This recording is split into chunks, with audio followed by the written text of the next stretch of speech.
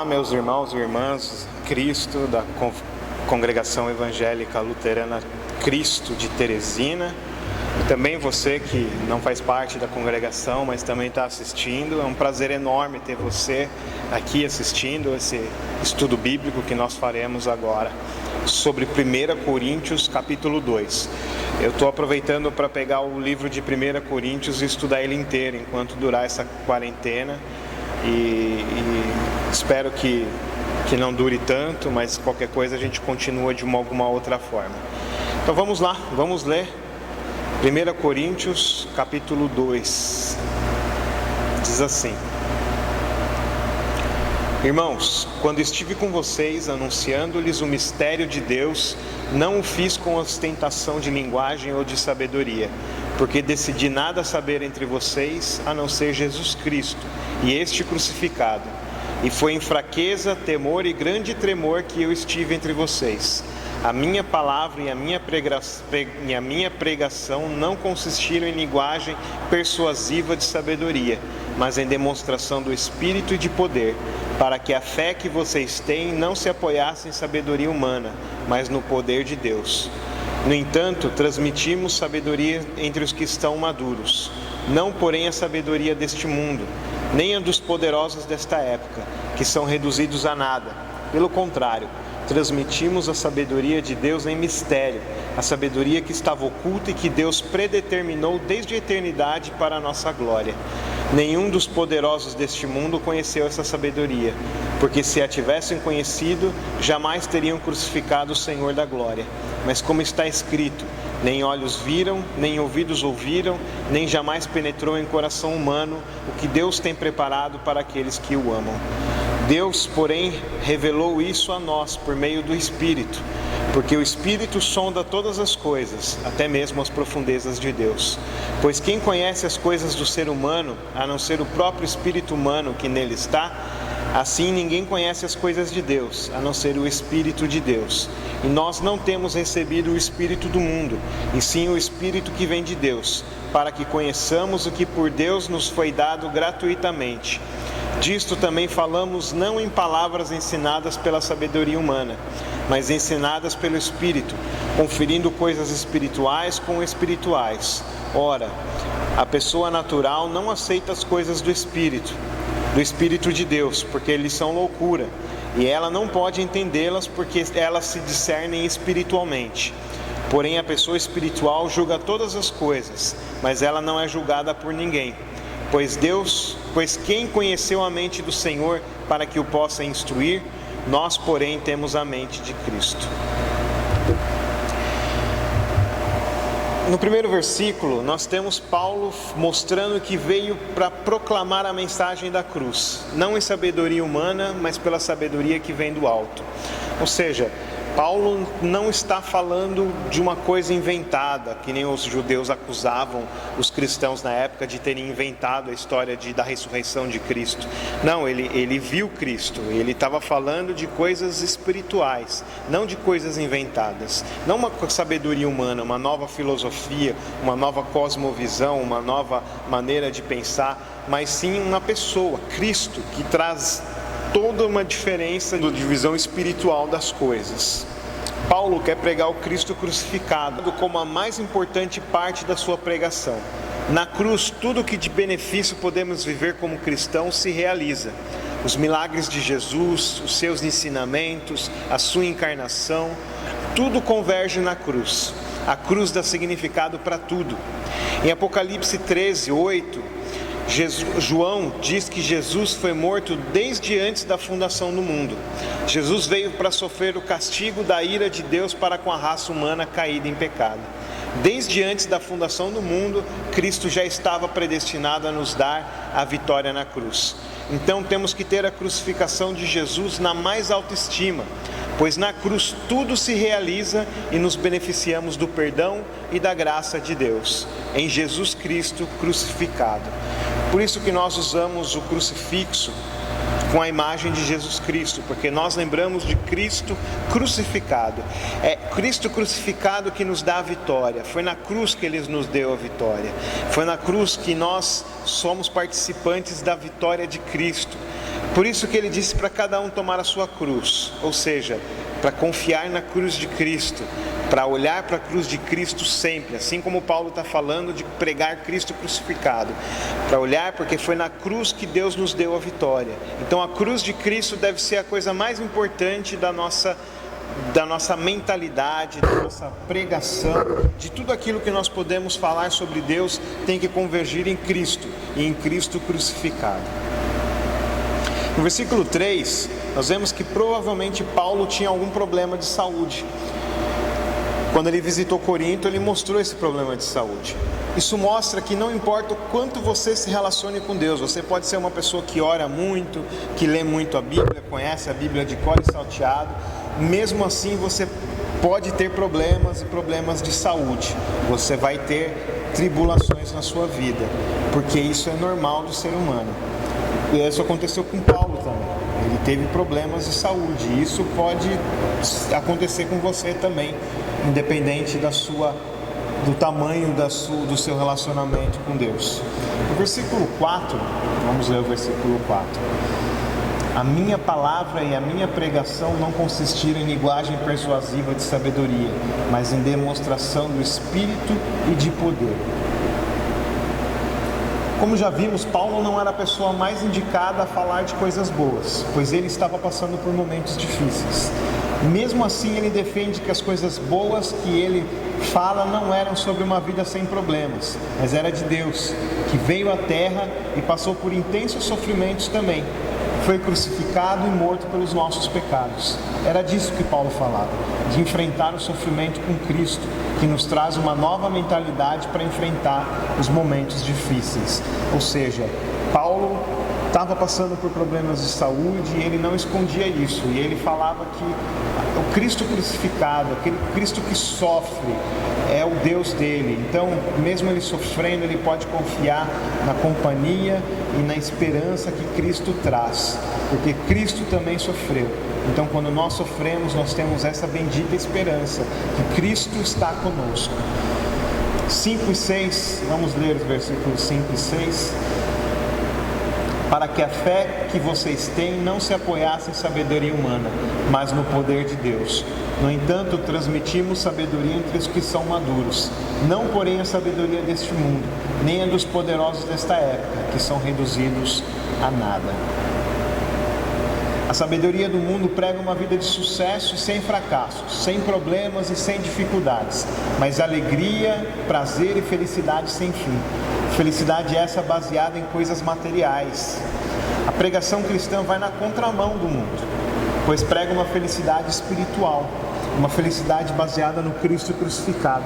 Que loucura isso, né? A nossa felicidade está baseada no sofrimento de alguém, ou seja, no sofrimento de Cristo. Ele sofreu a punição do pecado que era para nós sofrermos, e por isso hoje nós podemos ser felizes, pensando nele, pensando na graça de Deus que nos alcançou através da cruz de Cristo. Então nós somos felizes por causa da cruz de Cristo, não por causa das coisas materiais que nós ganhamos. Versículos 7 e 8. Pelo contrário, transmitimos a sabedoria de Deus em mistério, sabedoria que estava oculta e Deus predeterminou desde a eternidade para a nossa glória. Nenhum dos poderosos deste mundo conheceu essa sabedoria, porque se a tivessem conhecido, jamais teriam crucificado o Senhor da glória. A sabedoria de Deus está em Cristo. O mundo, com todo o seu conhecimento, não pode chegar pela razão a Cristo. Aqui também podemos distinguir lei e evangelho. Walter, que nós conhecemos, né, C.F.W. Walter, que é um grande teólogo da Igreja Luterana do Sínodo de Missouri, diz que as pessoas conseguem entender a lei pela razão. Um viciado em pornografia pode entender pela razão que está agindo errado e largar essa prática. Um ladrão entende pela razão que roubar é errado. A pregação da lei satisfaz a razão humana e podemos por ela entender o que Deus requer de nós. Porém, o Evangelho não é assim. A mensagem do Evangelho, ou seja, Cristo crucificado por nós, como está pregando Paulo neste trecho da sua carta aos Coríntios, não é atingível pela percepção humana, mas é uma sabedoria espiritual que o Espírito Santo coloca em nós. Somente pelo Espírito Santo podemos conceber que Jesus Cristo crucificado é a nossa vitória sobre o mal. pois Jesus venceu o pecado, o diabo e o diabo na cruz. Foi na cruz que Jesus venceu o pecado e o diabo. Como assim um morto pela cruz venceu pela cruz?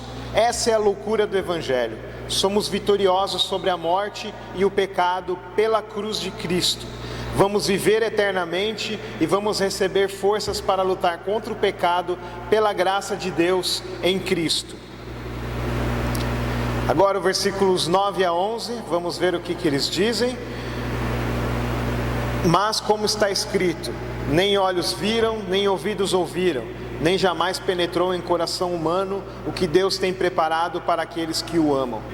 Deus, porém, revelou isso a nós por meio do Espírito, porque o Espírito sonda todas as coisas, até mesmo as profundezas de Deus. Pois quem conhece as coisas do ser humano, a não ser o próprio Espírito humano que nele está, assim ninguém conhece as coisas de Deus, a não ser o Espírito de Deus. Deus preparou coisas indizíveis para nós, coisas que a mente humana não pode alcançar. Será um futuro de alegria e felicidade com Ele na eternidade. Por que cremos assim? Porque assim o Espírito Santo de Deus nos revelou. Nós confiamos no Espírito Santo de Deus. Devemos confiar no Espírito Santo em relação à nossa vida futura, porque Ele conhece as coisas de Deus e Ele está conosco sempre. Por Ele nós temos a certeza da vida eterna, que moraremos com Jesus eternamente. Vamos ler o 12 a 13 agora, o que dizem os versículos.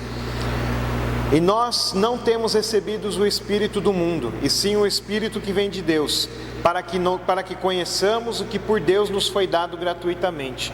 Disto também falamos, não em palavras ensinadas pela sabedoria humana, mas ensinadas pelo Espírito, conferindo coisas espirituais com espirituais. O cristão vai na contramão do mundo, não é guiado pelo mundo. O mundo tem seus ídolos na política, no futebol, na música, em várias áreas. E muitos cristãos estão entrando em idolatria com políticos, artistas, jogadores, etc. Isso tem dado muito mau exemplo para as pessoas. É só você questionar o político idolatrado, você é tratado com raiva e furor por aquele que idolatra o político. É só você achar outro jogador melhor que o jogador idolatrado e você é tratado com desprezo por aquele que idolatra o jogador. É só você dizer que aprecia outra arte, que não é a arte do artista idolatrado, que você é chincalhado por aquele que idolatra o artista. Essa é a mentalidade atual do mundo. Criar super-homens, super-pessoas, pessoas acima de contestações e avaliações. É estranho ver que tantos cristãos são levados por essa lógica do mundo, quando nós temos uma outra lógica, uma outra mentalidade a seguir, que é a mentalidade do Espírito Santo de Deus, que nos ensina a amar o próximo, mesmo que ele discorde de nós. Os coríntios criticavam Paulo por ele não ser uma pessoa de sucesso, mas uma pessoa cheia de sofrimentos, que passava por diversos problemas. Assim também muitas vezes nós diminuímos as pessoas por elas estarem por baixo, por estarem passando por problemas. Mas em Cristo temos uma outra mentalidade. Assim como valorizamos o Cristo crucificado, assim também valorizamos as pessoas que estão passando por problemas e dificuldades. Nós amamos as pessoas dentro de um outro patamar, o patamar de Cristo, não o do mundo. Mesmo que a pessoa discorde de nós, nós temos que amar a pessoa, porque essa é a mentalidade que Cristo deu para nós. E para encerrar, os versículos 14 a 16. Ora, a pessoa natural não aceita as coisas do Espírito de Deus, porque eles são loucura, e ela não pode entendê-las, porque elas se discernem espiritualmente. Porém, a pessoa espiritual julga todas as coisas, mas ela não é julgada por ninguém. Pois quem conheceu a mente do Senhor para que o possa instruir? Nós, porém, temos a mente de Cristo. Mesmo os coríntios tendo um comportamento questionável, já que olhavam para as coisas do mundo querendo praticá-las, Paulo diz que eles têm a mente de Cristo, que eles devem aceitar a loucura da pregação. Ou seja, mesmo que nós tenhamos tropeços e comportamentos questionáveis como cristãos, temos já a mente de Cristo, pois ela já está disponível para nós. nós podemos pensar já dentro dessa nova mentalidade. Temos apenas que viver essa nova mentalidade. Ela é loucura para um mundo idólatra que prioriza seus super-homens e os coloca acima de qualquer contestação. Mas nós, pela loucura da pregação de Cristo, podemos viver lei e evangelho na nossa vida. A lei nos orientando o que devemos ou não aceitar do que a nossa sociedade estabelece para nós, e o evangelho nos ensinando a graça e o perdão de Deus para que continuemos a nossa caminhada cristã, mesmo com tantos erros cometidos pelo caminho. Que Deus abençoe a todos com este estudo. Então nós vimos aqui que nós somos pecadores, mas nós temos a mentalidade de Cristo, nós temos uma nova mentalidade, nós temos que acioná-la, nós temos que viver essa nova mentalidade sempre que possível, e que nós devemos dizer não à idolatria. Não existe ninguém acima de contestação.